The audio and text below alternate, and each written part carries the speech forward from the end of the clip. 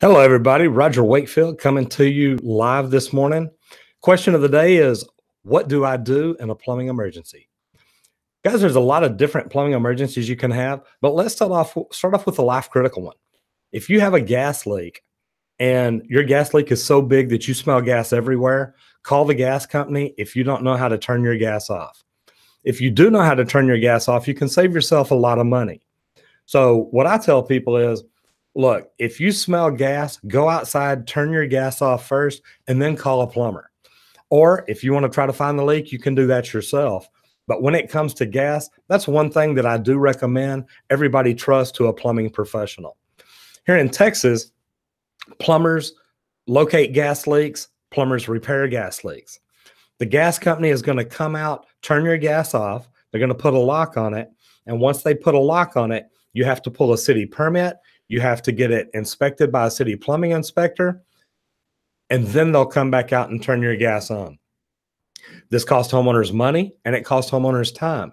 Nothing wrong with that. And I'm saying, if you have a plumbing emergency and you don't know how to turn your gas off, call the gas company immediately. If you do have a plumber on speed dial on your phone, which is something that I recommend to everybody, call him. If you don't know how to turn your gas off, see if he can get over there quickly and get it turned off for you, or maybe he can tell you how. What you're going to do is you're going to go out to your gas meter, and on the inlet side of your meter, there's a valve there. You want to turn that valve off. That's going to cut off the gas flow into your house. So if you have a leak, now at least it's stopped. If you still need to call the gas company, and guys, trust me, I'm never going to tell you not to call the gas company. I'm just going to tell you going out there and turning it off yourself might be something that you can do quicker. So that's the biggest plumbing emergency. Now let's go to a water plumbing emergency.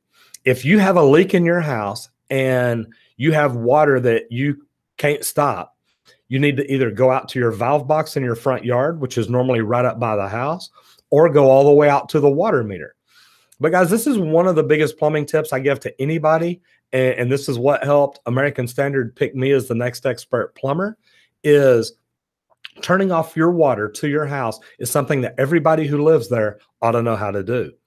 The reason being, water leak in your house, say you've got a water heater in your attic and it ruptures or it leaks. You've got a 3/4 inch water line, or at least a 3/4 inch water line feeding that water heater, and that water is going to run continuously until somebody shuts the water off.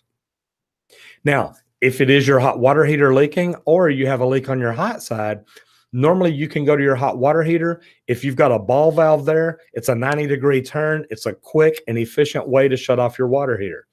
If you've got an old gate valve there, you can try it. I'm not going to guarantee it'll work. It's a possibility, but it's something that you can try, and it may shut the water off. Even if it doesn't shut it off, it may at least slow it down. Now you can get outside, shut the water heater, shut the water off at your water main or at your meter if you need to. Anything you can do, and as quickly as you can do, the less water you have leaking in your house, the less damage you're going to have and the less money it's going to cost you. Now, the next one is a sewer backup. If you've got sewage backing up inside your house, the first thing I tell people is go outside to your two-way cleanouts, see if you've got water there. If you've got a black gem cap on it, it's going to be pushing up if it's backed up between the two-way cleanout and the main because of the pressure. So you want to be real careful taking this off because it's pushing up because there's pressure on it. So what I tell people is put your foot on it, loosen the stainless steel band around it with either a screwdriver or a nut driver. Loosen that up and then get back out of the way. Because when you pull your foot off that, chances are that gem cap's going to push up and raw sewage is going to come up. Now, why would I tell people to do this? Now you're letting raw sewage out in your flower bed, your garden, your front yard, backyard, wherever yours is. But now that water's not coming out in your house. I'd rather pay to clean up my flower bed than I would to replace carpet in my master bedroom because raw sewage was leaking in the master bathroom. Now, if your leak is up under the house, the problem you're going to have there is when you pull those cleanouts, you're not going to see any water. At this point, you're going to either need to call a plumber or you're going to need to go to the box store to rent a sewer machine. If you saw my deal the other day about a stopped up sewer, be real careful with those machines. They're very dangerous. They're not very cheap to rent. And if you've got loose clothing like sleeves on a shirt or gloves or something like that, the problem that you may run into, if it gets caught up in that machine, I've seen plumbers break their arm or break their fingers. So be real careful when you're doing stuff like that.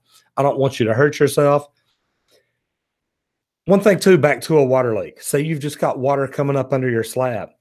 Guys, it's hard to know if it's sewage or water. I recommend to people then go ahead and turn off your water to the house, because if you have a slab leak, you're going to end up needing to do leak detection to find out where it is.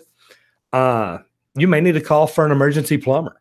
Getting a plumber out there right then, say it's the middle of the night, it would save you a lot of money to just go shut off the water to your house and get the plumber out during normal business hours. That way you're not hit with emergency plumbing fees.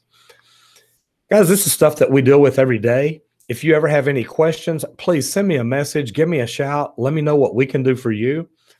Let me know if there's something that you want to talk about. If you've got questions, things that you want to learn about plumbing. Thank y'all for putting up with me today. We've got a different camera. We're set up down here for Earth Day. So I've got all my equipment out there and we're getting ready to head that way. But if the video's not as good today, the audio quality is not as good, guys, sorry about that. We'll get back to normal next week. But I want to say thank y'all for putting up with us. And thank y'all for sending us the comments and messages that y'all do. We're on YouTube here. If you would, please subscribe to our channel. That's a big deal. It's going to help us out and help us get information out to more people. If we ever share any information with you that you like, please share it with your friends. Ask them to subscribe. Let them know we're trying to help people by letting them know things that they can do and save themselves money. My name's Roger Wakefield with Texas Green Plumbing, saving you money one drop at a time.